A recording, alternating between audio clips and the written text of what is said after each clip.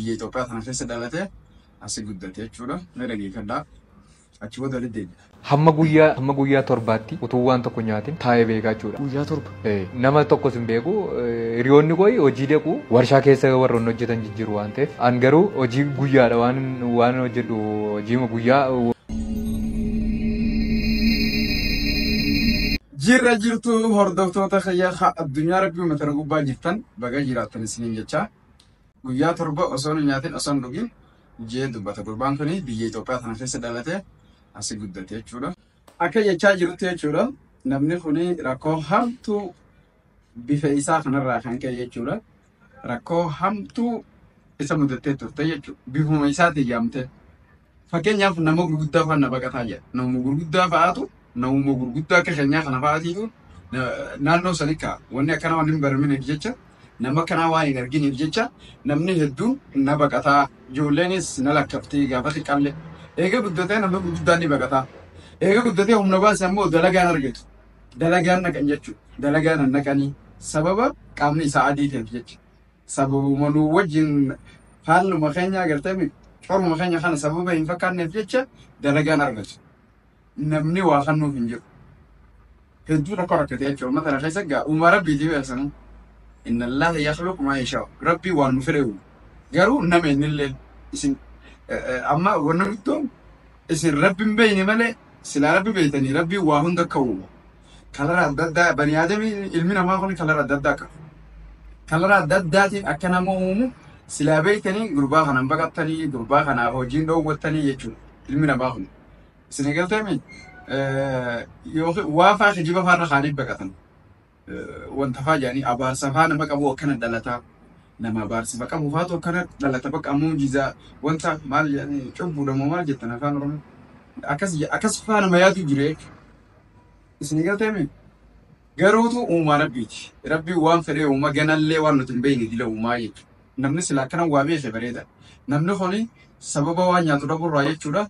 Guyyaa torba guutuu osoo maal nyaatin osoo maal dhugin nama taa'ee rakkoo hamtuu dabarsa jechuudha jiruu isaa keessatti. Dalagallee dhabee. Isin eegalteemi akka inni himatti hedduu dhukkubsadhee namni tokko akkasitti naarifatee dhufee naanahee jechuudha. Mana geessee yaasin hedduutu akka nama rifachiisa. Nama akkanaan hin beekan naannoo keenya baay'ee jiranii nama 5 fa'aa nama ga'uu jira. Nama akkanaa kan jechuudha. Maatuma gurraattii tan agartaa warruma akka keenyaa nama gurraacha horoo kanaatiitu nama adii akkasiidha. Haadha abbaanis gurraachuma kana jechuudha. Cilee kunoo akka jaaketa fiyyaa kana. Nama kana keessaa namni adii nama sadii nama dhalatee hin beekan. Nama adii akka isaa kana nama sadii. Uumaa rabbiiti gaara rabbiin nama uumaa miidha. Wanni isin bakka abaarsa qabanii namni jettamno. Takka illee akka isin keessa hin jirre asiniin dhaabsa isin dabarsuu barbaada. Akka isin keessa hin dhufne jechuudha qalbii ta'e. Qalbuma ta'e isin tana keessaa wanni akkasiin akkan dhufu. Yoo isin dhuftellee nama waan adda addaan yaaddanii yoo wanni kanaa qalbii keessa isin dhufellee lakki aboo uumuma rabbiiti. Rabbuma nu uume kanaatu isaanis akkana uume. Jettee qalbii ta'e tana rabbi yaadachiisu qabdaa jechuudha. Gizee akkasiisanii nama kanaa kanaas nama ta'uu isaa hubattee rakkoota akka kan qabne beeytee dalagallee yoo argite dalaga itti haamtaa jechuudha. Yoo rakkatee jiraatee rakkoo isa baastaa jechuudha. Inni amma isin baqattan kun silaa nama tujjaara nama jabaa ta'e akkana jala horiitan. Maallaqa nuuf hanneettanii silaa tujjaara ta'e jechuudha. Isin eegalteemi ammoo yoo rakkatee namaa gad tahee waan nyaatu dhabe maaliif nama baqata maaliif namni baqata. Bakka namni tokko yoo tujjaara ta'e qofa nama ta'a akkamii yaadde.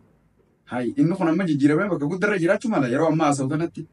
Amma deebi'ee isin gargaaruu danda'a jechuudha. Nama gargaaruu danda'a. Kayyisaafuu naannootti dhalattetti ollaan sunfaan akkamitti waan akkanaa kana nama yaada.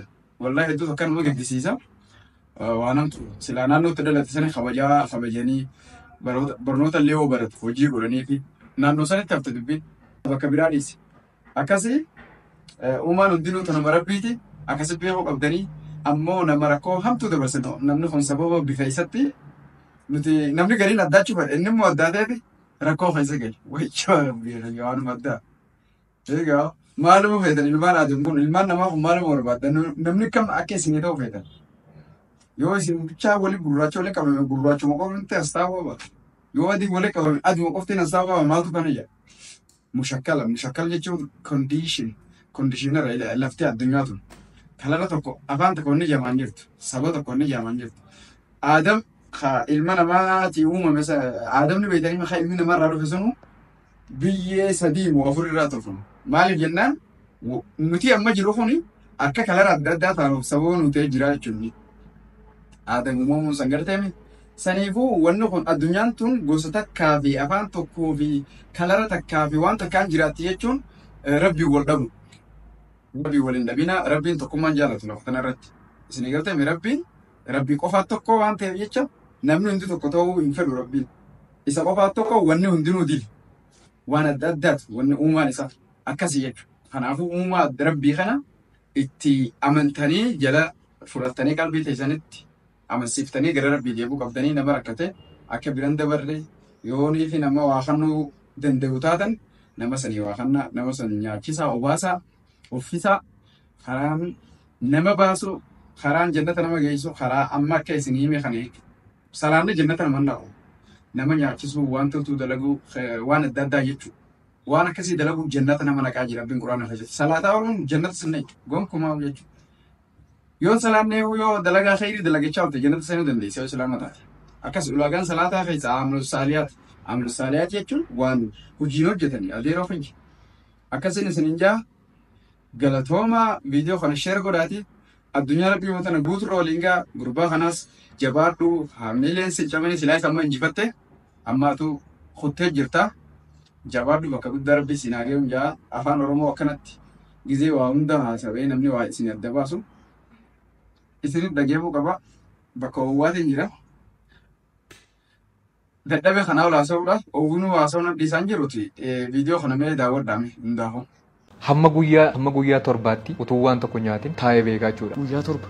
Nama tokkos hin beeku hiriyoonni koo hojii deequ warshaa keessa warra hojjetan jijjiiru waan ta'eef an garuu hojii guyyaadha waan hojjedhu hojiima guyyaa ittiin hin nyaadha waan an argadhe bakka ittiin hin fayyadama miti isa gaafan fixu hojiin uma badee jechuudha. Carraansaa baay'ee dhiphaa ta'eera siin jedheera silayyuu. Carraan hojii argachuu kooti baay'ee dhiphaadha. Haa ta'uyyuu malee immoo waaqayyoon na jiraachise irra nagayeera. Guyyaa torba osoo nyaatifaa ooltee bultee beektaa jechuudha. Dhugaa rabbi. Guyyaa torba. Baay'ee rakkattaa jechuudha miti. Isa malee guyyaa waan biraas irra geeffaa beeku jira. Sababuma kanarraan kan ka'e na dhukkubee ture. Mucaan tokko mana kiraayidhaa ollaama koo gala. Isatti silkii hin qabuyyuu ture yeroo sana. Silkii illee gurguree. Katteedhaaf deemsee. Baay'ee rakkadhee silkii illee gurguree. Silkiin sun immoo isheentu immoo naa ga'uu diddee jechuudha. Maaliif naannaa torban ja'a waliin taa'e jechuudha hojii dhabe. Hamma kana waanuma tokko godhee mana ittiin jiraachaa ture naan danda'amne isee guyyaa torbaa kana baay'ee rakkadhe. Silkii akka naaf fidu godhee mucicha sammuudhaan immoo beeka lakkoofsa nama ittiin dawwaladhee gaafa inni garmalee na dhukkube humnaa ol gaafa inni na dhukkubu dhufee na fuudhee jechuudha namichi tokko. Dhufee na fuudhee mana qorichaatti na geessee yaalii tokko naa godhee mana isaallee akka torban tokkollee na turse. Karaa sanaan hin fooyya'ee xiqqoosee immoo hojii argachaa dhufe akka gaafa dhabamtus dhimma ittiin qabu gaafa argadhus immoo mana hojjedhaa. Ati faranjiidhaa Toto. Eeyyeen dhugaa dubbachuudhaaf an faranjiidha. An faranjiidha. So karaa kam akka faranjii taate mee nutti himi daawwataan keenyas kana sirriitti haa baru. Naannaa nuyi itti dhaladhee guddadhee gara sana warra miishinii warra faranjii sanatu ture. Naa karaa kanaan harmeen koo naannaa sana waan jiraniif achiin karaa sana. So abbaan kee faranjii ture jechuudha. Eeyyeen. Harmeen kee garuu nama keenya nama Oromoodha miti. Eeyyeen Oromoodha isaan. So miishinii achi san gara san faranjoota turanii kanaaf ati faranjii irraa dhalattee jechuudha. Abbaa kee faranjii haadha kee Oromoo. Kanaafuu ati dhukkubaan hin taane faranjuma. Faranjiidha. Afaan Ingiliffaa yaalta. Yoo deemeen beeku garuu achi nama koraa. Asumatti isa barteef miti ree? Asumatti dhalattee asumatti guddatte ati miti? Na argitaa garuu amma achi keessa? Si argaara kun. Na argaartaa? Garuu namoonni tokko immoo ija kee arguu barbaadan faranjii iji isaa beekamaadha akka ija kiyyaa miti miti ree? Mee ija keetti agarsiisi. Okay rakkoon hin jiru. Achi ilaali mee tottaba. Amma na ilaali.